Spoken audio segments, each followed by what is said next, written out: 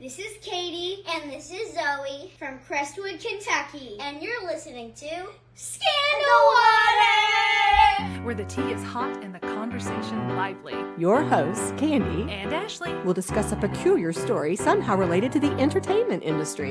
This podcast might not change the world, but it just might satisfy your thirst for an intriguing tale. Oh, it's that time of day. Tune in and hear what the ladies say. It's time to bend your ear when the silver screen appears. Stories about the stage and screen and everything in between. So come on and join the fun. The curtain opens in 3, 2, 1. This episode is about Bluey. This episode is called Wackadoo, the phenomenon of Bluey. Good morning, Ashley. Good morning. Wackadoo. Wackadoo. I'm excited about this. Yeah. We are talking about one of the hottest It is. children's shows around right now. I mean, this is something that everybody knows about. In fact, that's what I'm going to start with. I'm going to ask you, how did Bluey first come across your radar? From my cousin Lauren and her daughters, which you heard at the top of the episode. Yes. Katie So and cute. Zoe. And they were telling me how much they loved it. And I have to admit that I put it on my radar of like, okay, I'm going to watch it.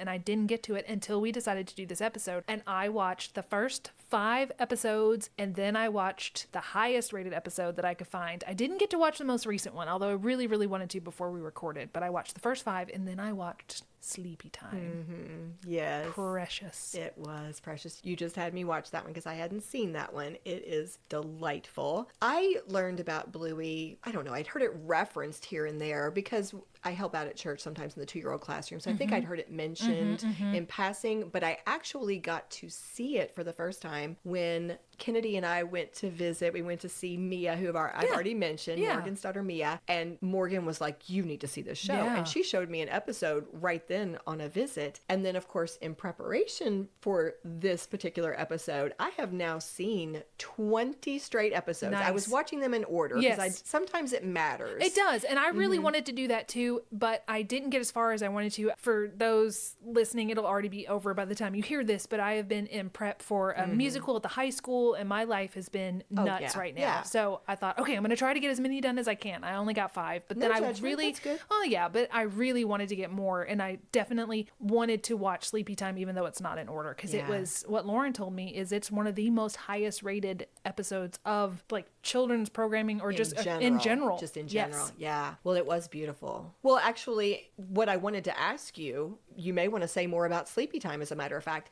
I don't know if you do the same thing I do, but when I'm going to be researching and talking about some form of entertainment, whatever it may be, I generally try to watch it or be exposed to it prior to doing any research so that I can try to come in with my own impressions first. Because I mean, we can't help it. If I've already read 10 articles, as I'm watching it, I'm thinking about what other people have already identified. Yeah. So I started watching Bluey before I did one lick of research. I did too.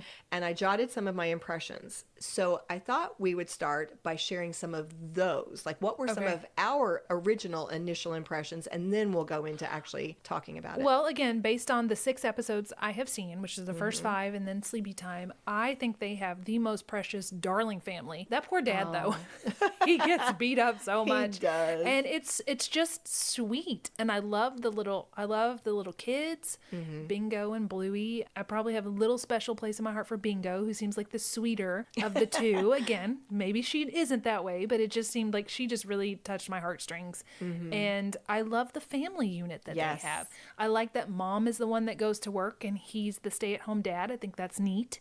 At least early on. I think I heard that he gets a job later, but I love how much he plays with them. And I think I heard afterwards, I read that play is what the show is mostly about. Something else I thought was really cool, because here's a question I had, maybe you'll answer this. If this show has been on the air for multiple years and these kids have a very specific tone to their voice of their age, how do you keep that? Do they record really early, or did they have different kids? But I looked up that they do not release these kids' names because they want to protect their privacy, which I love. Right. I love it. But they Yes. are related to the people who run the show or make the show. So I assume some of their children. But anyway, I was just wondering, like in Coco, the Disney film Coco, they did some kind of concert and they had the younger brother do it because he was now the age that his brother was, and he sounded the most similar to his brother. So anyway, that was just a wondering of mine. Well, I'm going to tell you, I did not look that up specifically nor run across a definitive answer to your question. Okay. But I think I do recall, don't hold me to this, but I thought I recalled seeing some kind of a reference to the children's voices have changed naturally Have they? Okay. through the course Okay. of recording this. Okay. And I believe they've just, because same they've kids? grown a little bit, Okay. they've just kind of let that go. All right.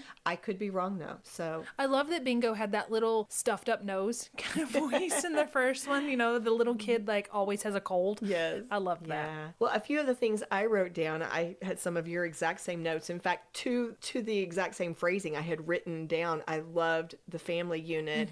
And in our world today, we have a lot of single parents. They made such a point of both parents being so involved with the children. I like so that. I noticed that. The short attention span of a toddler, I was hit by how short these episodes were because that felt unusual to me coming out of, growing up with 30-minute But it or made it hour-long nice. episodes for us. Yeah. Yeah, it was like, oh, wow. I can get through some of these. Yes. I noticed the same thing about play and imagination, the fact that it taught lessons, taking turns, problem solving, not cheating. I mean, like it felt like there were very definitive lessons, and I definitely keyed into the humor. I mean, it was so cute. So I also funny. like that the parents in, again, the first 5 episodes, you show them kissing each other and showing affection and that they care about each other. Yes. Because sometimes what would happen in these sitcoms is you'd have the mom that does everything and the dad that's an idiot, and you kind of go like, why would this woman care about this man? And it's not that way at all in this cartoon. They are equals and they love each other and they are attracted to each other. Yeah, very loving. It's hashtag goals, right? Yeah, I mean, right. it's like- Yeah, that's what I thought. I thought, man, this is the family. Yeah, they are awesome. I love it. Well, as I started researching, I came across, I like to give summaries. Well, I Yes. think I came across an overview that Forbes put out in one of their articles that I thought did a really nice job. So I'm just going to read theirs. It said, Bluey was commissioned by the Australian Broadcasting Corporation, ABC, and the British Broadcasting Corporation, BBC, as a show for preschool-aged viewers. It debuted on Australia's ABC Kids in 2018, and Disney picked up the international rights in 2019. Disney was on it. Right. The show follows a puppy named Bluey and her family, as well as her Dalmatian best friend Chloe, Labrador neighbor Lucky, and Border Collie Mackenzie, a friend from school. The series premiered on Disney Junior in the U.S. in 2019 and was added to Disney Plus in 2020. A seal of approval from Common Sense Media and general critical acclaim has led to mass success for the show, which in 2019 became the most downloaded program in the history of ABC's video on-demand service. BBC Studios in July attributed its record $2.7 billion in annual revenue to thriving brands like Bluey and Dancing with the Stars. Ireland's National Public Service Media, RTE, reports that Australian company Moose Toys attributed a 25% bump in annual revenue entirely to Bluey merchandise after it secured the contract to make toys based on the show. Wow. This is the impact that this show is having on not just one country, but basically around the world. Internationally. Yeah. Another statistic offered by Forbes was this. It said that Bluey was the most streamed show across any streaming platform in November of 2023 with 3.8 billion viewing minutes that month. And that was according to Nielsen data. Yeah. So I actually ran across an interview that Joe Brum, the creator and the chief writer for the series, shared when he was talking to someone about the show. And here is how he described it. He said, it's a very simple series. It follows the lives of the Healers, who are a family of blue heeler dogs living in a very Queensland type setting, and their mom and dad, and Bluey and Bingo, who are 6 and 4, a couple of girls. And it largely follows the girls' imaginative gameplay. So he called it kind of a social dramatic gameplay. And usually the parents get dragged in, not always voluntarily or willingly. When Joe headed into this Bluey project, he already had an extensive background in animation, children's shows, creating short films, all kinds of things. And he brought all of this to Bluey, of course. But in different sources, different interviews I saw, he said he came into this with very specific ideas in mind. For one thing, especially in the beginning, he said he was determined to write most of the episodes himself. I like that a lot. That gives his vision and it lets it get set up the way he wants it to be. Absolutely. I mean, it may seem controlling, but he knew what he wanted, Yeah, and it's he his knew show. how he wanted it done. Yeah. He also knew he wanted the show to be entertaining to adults as well as to children, while making sure to always serve the needs of the kids first. Yeah, he said in an interview that he knew there was a need for good, quote, co-viewing. He wanted to show that it was a co-viewing show where parents could genuinely watch it with the kids and enjoy it. And he went on to say, because parents of children that age, they end up watching a lot of Yeah, they these do. shows. Yeah. He said that he felt like his background as not only someone who created short videos, but also someone who was a parent with an eye toward what adults would find funny would help him with that. And Yeah. he was right. He was right. He was right. He has described his show as being observational, because it has been so very strongly inspired by his own real life experiences as a husband and a father of two girls. But he's also brought in a lot of stories and experiences from family and friends who are in similar situations. His daughters were actually already the same ages as Bluey and Bingo when the pilot of Bluey was developed. And the producer once referred to the show as Joe's life on screen. Yeah. I like that. Yeah. He gave an interview to Kid Spot one time, and they were talking about this aspect of it. And they said, Joe Brum writes most of the episodes, and much of it is drawn on his own childhood and raising his children, right down to Bandit not having time to play touch footy with his mates. Now that his children are older, Brum has said he's finally gotten back into touch football each Thursday lunchtime with some of his colleagues. Aw. So, like, it was basically... something would happen in his life, and it would often make it right into the screen, Yeah. right onto the screen. I mean, might as well. Right. So 2 parameters that the makers of Bluey have to be conscious of, because the fact that they're writing for preschool age children, are safety and appropriateness. Okay. For example, one episode got pulled because the game Bluey was playing in that episode could have been dangerous to young viewers if they were to try to copy it. It was something like spinning. I can't remember exactly how it went. They pulled the episode. So it didn't air, or it did air and it got pulled? If I recall correctly, it aired and then they pulled it because some people Started to try and do it? Okay. Yeah, they had concerns about it. As for the appropriateness, this is something that they get screened very carefully for. Joe has said oftentimes it's tricky because it's a matter of taste, and something that, this person might think is inappropriate, somebody else might say, no, that's okay.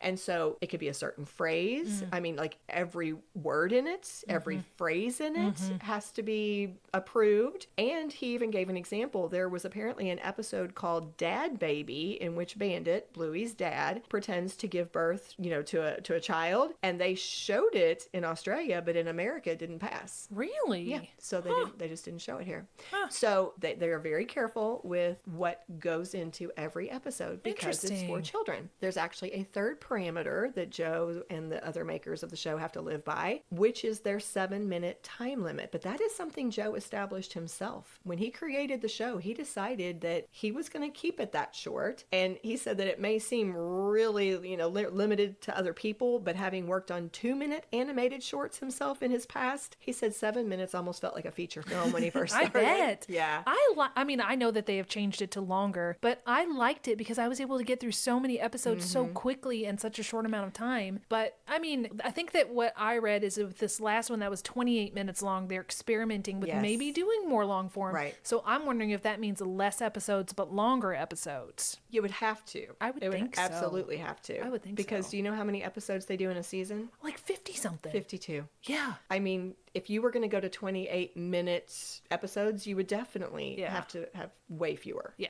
Well, about this time limit, Joe also said this: I like having that limitation because it does force you to really just cut out a lot of extraneous stuff. And sometimes it's jokes that you want, but it forces you to be quite disciplined with the storytelling. And listen, sometimes we just can't do it, and we have to go to 7 minutes and 30 seconds or even 8 minutes. So yeah, 7 minutes is perfect for me. But there was no science behind it. It was that I didn't want to go as long as Charlie and Lola, and I didn't want to go as short as Peppa Pig.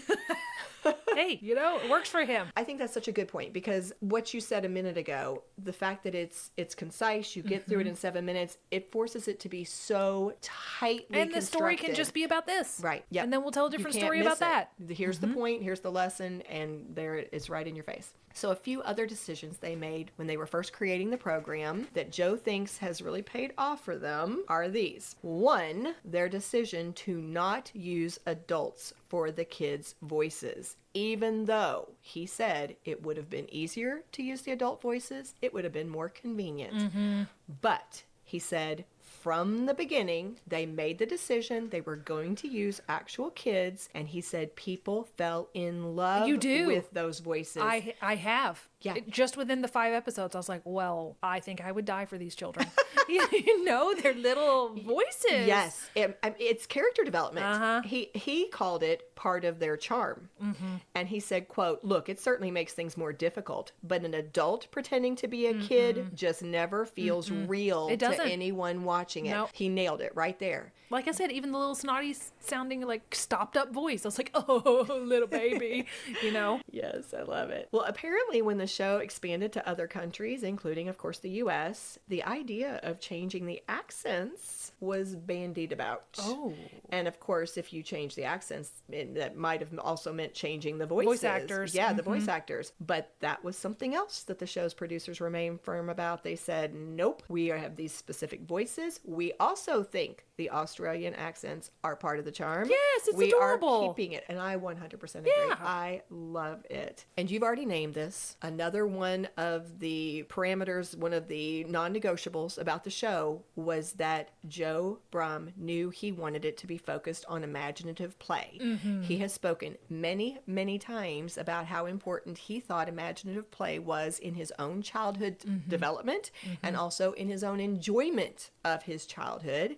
And so it was an intentional choice. There was a Today Show article that pointed out that, quote, Bluey actually shows parents how to play open-ended games that build on everyday events with their children. That's something we have heard time and time and time again. It doesn't just teach the kids how to play, it's actually teaching the parents. And if you go onto their website, you have all these games listed and you can click and there are instructions. They teach you how? They 100% teach you how to play these games. They have some online ones, but they have 4 real life games. It's listed that way. I love that. I do too. So that was a huge piece. And then 2 other last things that I'll mention in this section. Joe Brumm said he knew he wanted it to look beautiful. He said it was important to him that he wanted the colors, the animation, the drawings. He knew he wanted it to look beautiful. And it was funny because as you and I were watching Sleepy Time, we kept commenting about how pretty it was and how gorgeous and the way that the stars, animation, the bedroom. Yes, just beautiful. But he also said he needed it to sound beautiful. He wanted music that was that soaring orchestration at the end of Sleepy Time. I was like, whoa. I felt it. Yeah. It hit my emotions, and it was funny because as we were watching it, knowing that this was coming and what he had said, I was recognizing it. I was like, he's so right. Yep. Look at the difference this makes, having this beautiful animation with this score that is absolutely touching me. He said it should have its own score and its own visual style and really not just be about trying to knock it out for cheap. That love was his it. quote. I love everything about that. I also like that the 2 little girls look like their parents. Like one looks like dad and one looks like mom, but not quite. Just you see that DNA influences. Absolutely. Well, before we go on to talk about the casting a little bit, why don't we take a quick break? Do you love tea? Do you love entertainment? Do you love listening to stories from your 2 new BFFs, then consider joining the club over at buymeacoffee.com. For $5 per month, you can be a part of the 1939 Club, otherwise known as the Golden Year of Cinema. When Gone with the Wind, Mr. Smith Goes to Washington, Stagecoach, Of Mice and Men, Wuthering Heights, Hound of the Baskervilles, The Little Princess, Babes in Arms, Goodbye Mr. Chips, The Hunchback of Notre Dame, and of course, The Wizard of Oz were released. Perks include a 5% discount on new merchandise, a shout out for new members, an opportunity to be listed as a supporter in show notes, and exclusive access to bonus content. However, if you're feeling doubly generous, you can join the 1993 Club, otherwise known as the greatest year of cinema. This is the year that Schindler's List, The Sandlot, The Fugitive, Rudy, Robin Hood, Men in Tights, Sleepless in Seattle, The Nightmare Before Christmas, Mrs. Doubtfire, Grumpy Old Men, and of course, Jurassic Park were released. Additional perks in this club include a 10% discount on Scandal Water merchandise, the opportunity to record a shout-out of your own, and the chance to vote in our guaranteed content poll, along with the warm and sunny feeling that you're supporting your besties.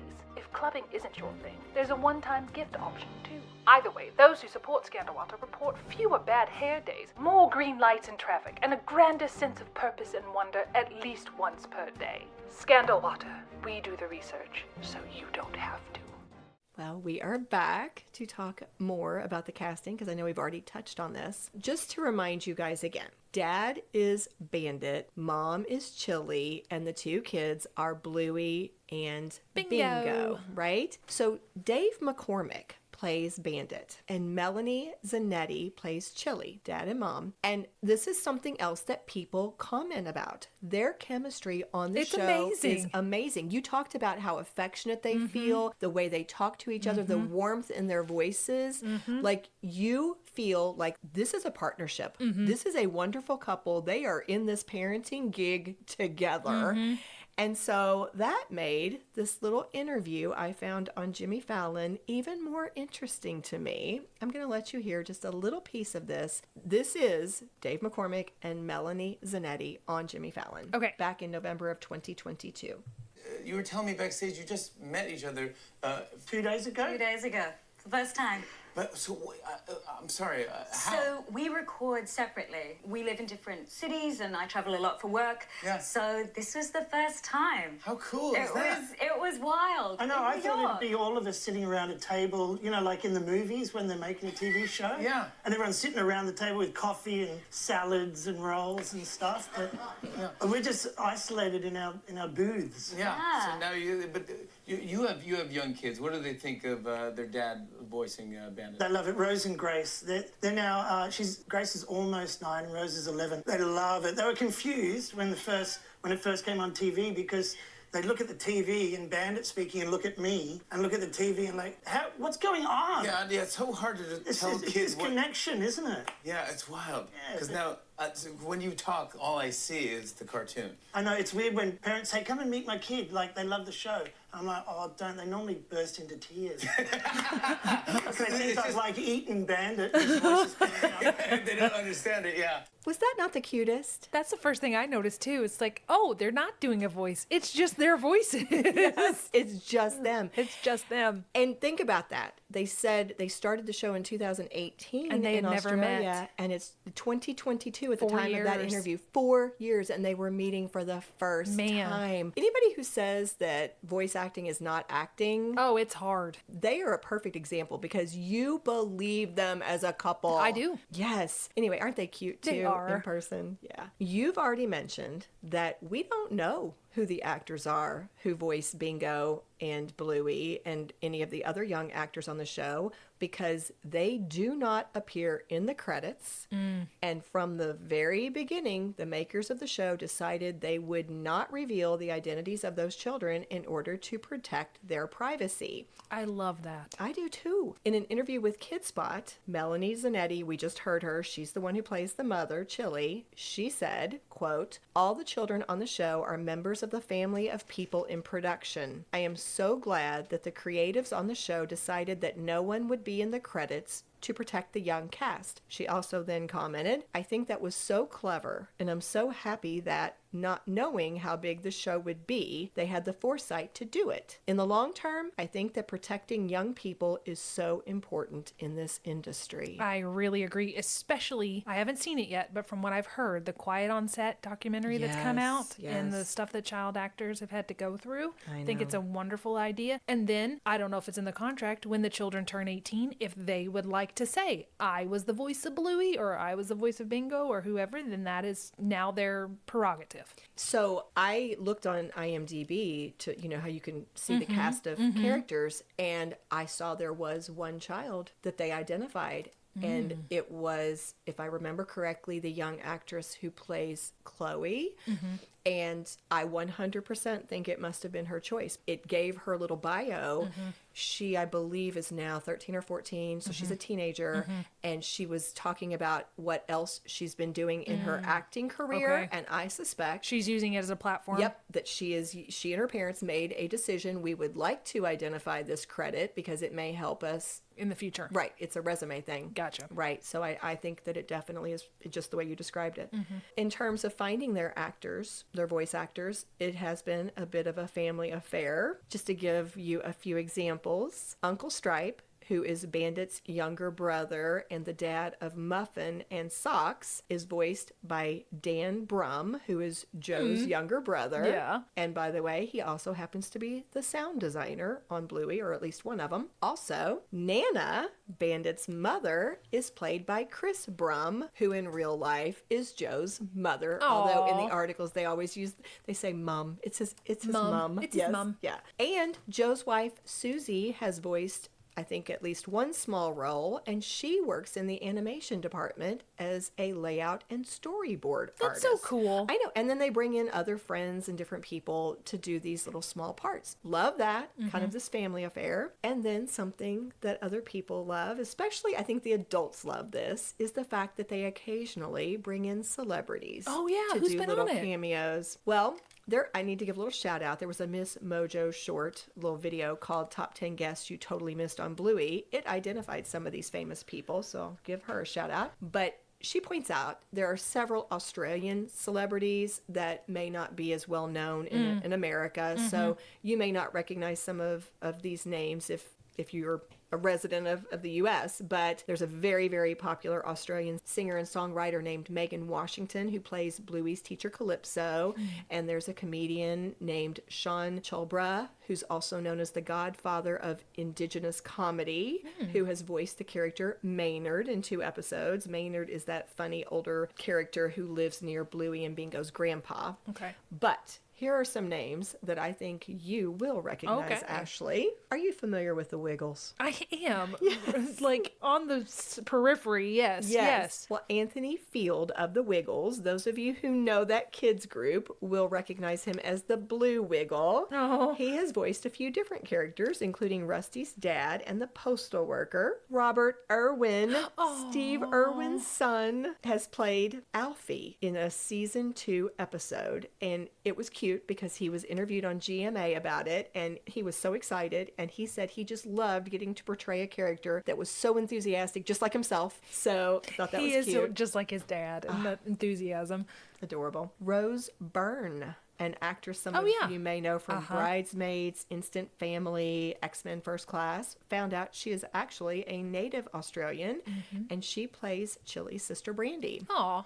Little side note, that's another thing that's been applauded about this episode is that they will sometimes delve into tricky territory. And so one of the plot lines that you discover, they said it was just a heartbreaking episode. I did not get to watch it, but it was brought up. Why is Chilli's sister Brandy, why does she not come around that much? I remember reading this. And you find out it's because she really struggled being around their family because she was unable to have children herself, and it was just an emotionally difficult thing for her. And they said that episode just brought you to tears. Just a beautiful performance. But again, kudos to them for kind of tackling difficult content like that. But Ava Mendez, who some of you will also recognize is Ryan Gosling's wife, Yes. played a very small part as a yoga instructor in an episode of season 3. Natalie Portman was a whale documentary narrator. And Lin-Manuel Miranda played a horse named Major Tom. Nice. I know. Horse named Major Tom. Love it. If you have not had a chance to go onto the Bluey website, I'm telling you, Is it delightful? it really is. Nice. It has everything. It even has a short video, I think it's under 3 minutes, that actually walks you through and shows you how Bluey is made. Oh, I love that. It's amazing. It's so friendly. It's so cute. It goes through the animation process. I'm going to quickly overview this for you, but you should go and you should watch I that will yourself. watch that. Yeah. What they said was, with Bluey, story and character always come first. That's number one. The process actually begins with the scripts. They're trying to get this great story written. But while that's happening, they said all the artists start working on really early drawings of what is supposed to happen in that episode. Like they've kind of got the little outline in their minds. And at this point, it's a literal pencil on sketch paper drawings. These are called storyboards. Yeah, yeah. Then the editors use technology and they cut the storyboard together into what they call an animatic. And they describe that as being almost like a flip book of the episode. Okay, So yep. it's on the computer, but you can just Flip through it to see the Yes, animation? Okay. Exactly. To the animatic, they add in now some of the basic sound effects and music and also the characters' voiceovers. What they come up with then is basically you've got this rough outline of the episode that has to be approved by the whole team. And this is now the template that they're all working from. This is what this episode is supposed to look like. And now they're starting to flesh it out and animate it. Cartoons are such hard work. Exactly.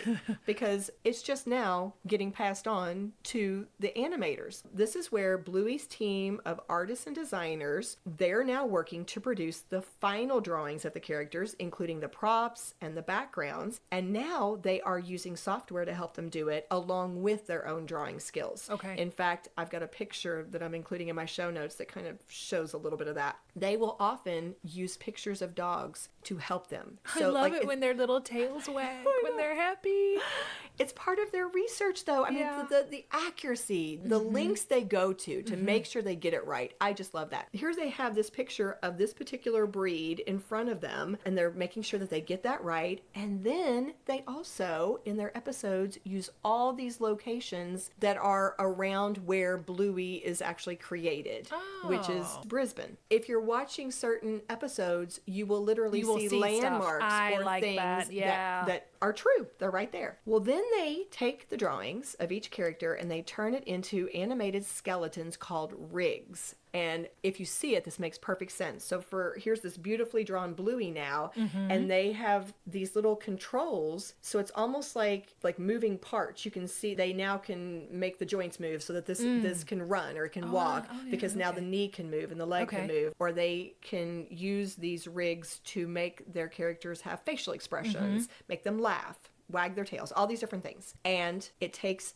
a team of animators 4 weeks. 4 weeks to make one episode. That is shorter than I thought it was going to be. Really? Okay. Yes. Well, 4 weeks, and then it goes over to music and sound. This is where the sound designer adds in all the sound effects. The composer is using instruments to write a score for this particular episode. It gets its own score. And then it has to get all put together, and they bring it in front of the whole team, and they sit down and they watch it. He said part of it is just to celebrate and Yeah, enjoy it, yeah. but they are also screening it. Yeah. Is there a glitch? Is there So- anything inappropriate? Anything we've got to change? Think of that. If they have 56 episodes, 52 episodes, that's 52 months. It literally says each season of Bluey has 52 episodes, and so each season the process is repeated 52 times. That's incredible. Unbelievable. Yeah. Unbelievable. Years and, and years and years. And they just finished season 3. So think about that. Think about the hours and the labor they have put into it. You already mentioned this. The season finale episode entitled The Sign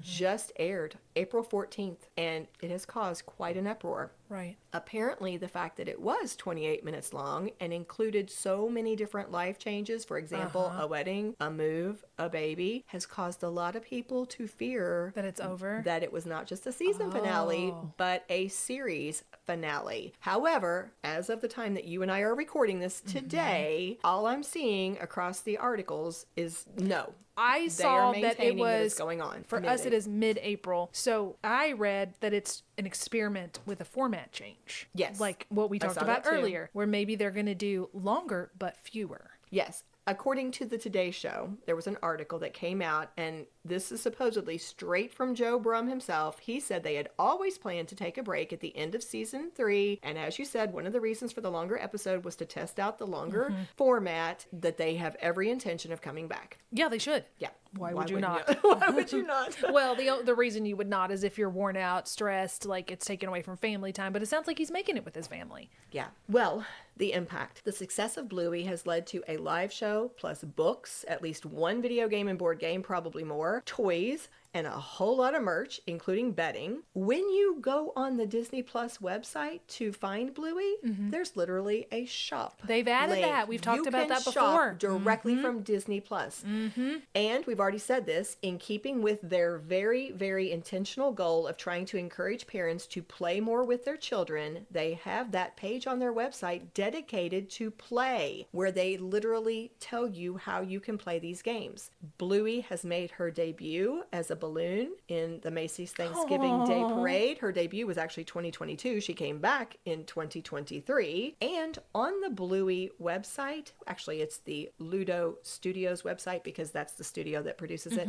On their page, it mentions they have won countless awards, but here are the 6 that they call out on that page. Best Children's Program, Logies. Best Children's Program, AACTA. Best Preschool TV Show, Emmy Awards. Wow. 400 million views in a country of 26 million. Wow. First Australian series licensed to Disney Plus. Most popular show in ABC history. Yeah. I checked the Nielsen rating website just a couple days ago, and as of last week, Bluey is still listed as being one of the top 10 most streamed shows in the U.S. It came in 4th, to be exact, on the list that I saw last week. Wow. It's A phenomenon. huge. It's a phenomenon. It is a phenomenon. That brings us to the armchair.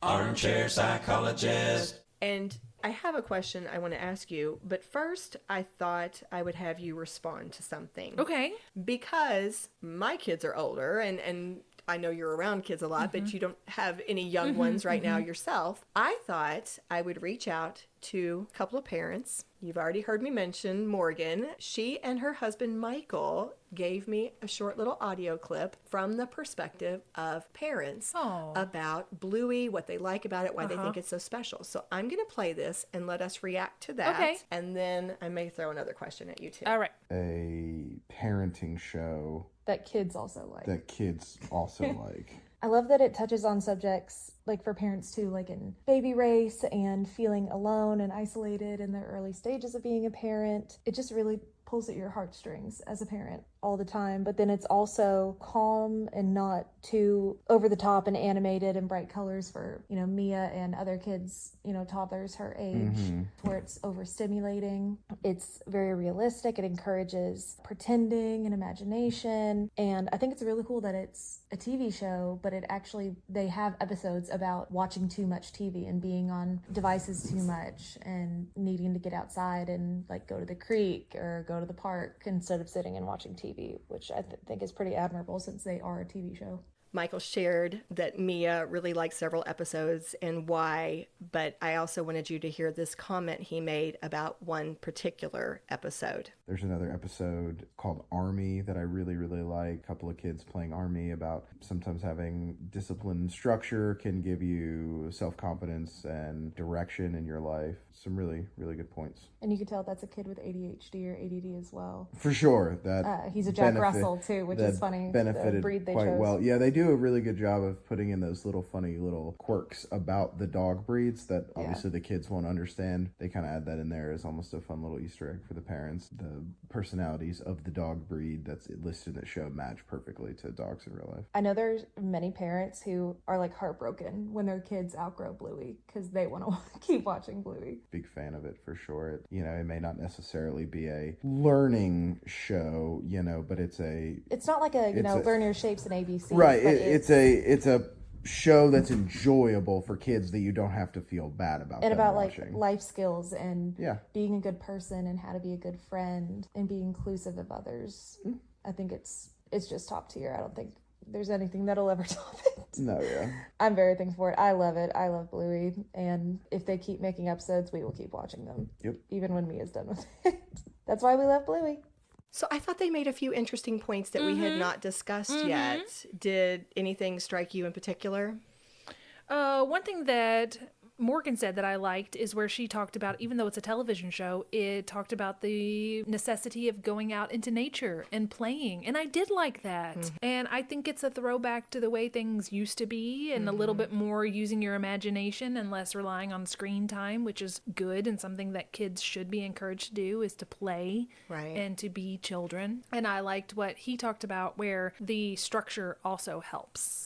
Right. Which I haven't seen the episode he's talking about, but I like the point of the structure for kids. And I thought it was funny where they have the Jack Russell. I know, the way they match the breeds, the characteristics to their characters. Yes, because as soon as he said it was a Jack Russell, I thought, oh yeah, I can see that. Well, and I thought it was also interesting they brought out that idea of showing one of the characters with ADHD. I think that's something I saw where I believe, again, having not made it to the end of season 1 yet, I may be off on this, but I think I saw that they might be considering, as Bluey develops, that might be something that she deals with. And I thought, well, how nice that they are dealing with some of these real things. Yeah, these real things that people deal with in their families or as individuals. I did wonder why it was called Bluey, because it's about the whole family. Why is it, or unless Bluey is the main character in most of the episodes, because... I think so. Okay, because what I saw, it seemed to be both her and Bingo. I would agree, but I think and probably the Healers wouldn't have been a good title. Yes.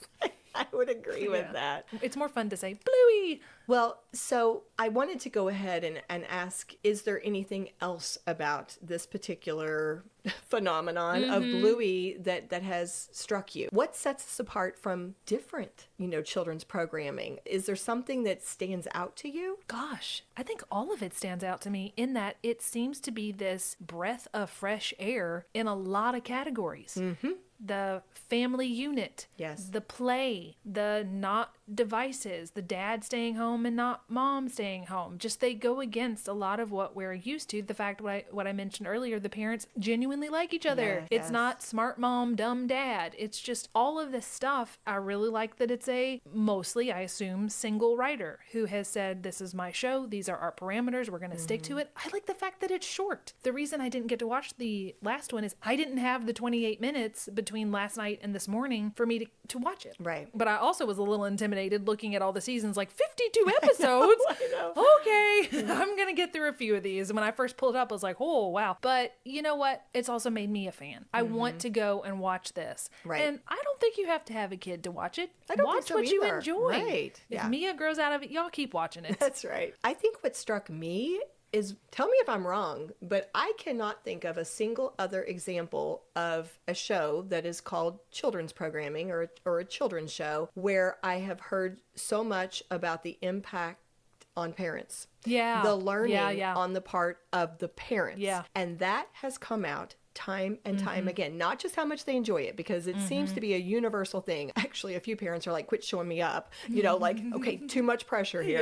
You guys are too perfect. I mean, I've heard a little bit of that, like tongue in cheek, but I've heard so many people who said, yes, we love it because it's funny and it's heartwarming and it made me cry in several episodes. Sure, I see a lot of that, but I also see so many parents who straight up say, gosh, that's inspired me to try this game or to use this strategy or in this situation, then it's helped me to think about a different way to approach whatever might be going on. So it's teaching the parents and it's teaching the kids. 100%. Can you think of another example No, like I that? can't. I mean, it's just outstanding. With a format of 7-minute shorts that it can do everything it's doing.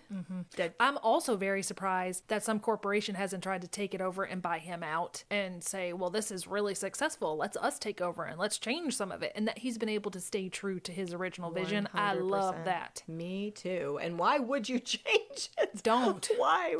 Yeah, it's just amazing. It is. Well, I thought I would end with a quote from the creator himself. Here's something that Joe had to say. Who is now one of my writer heroes, let's just say. I know. Joe.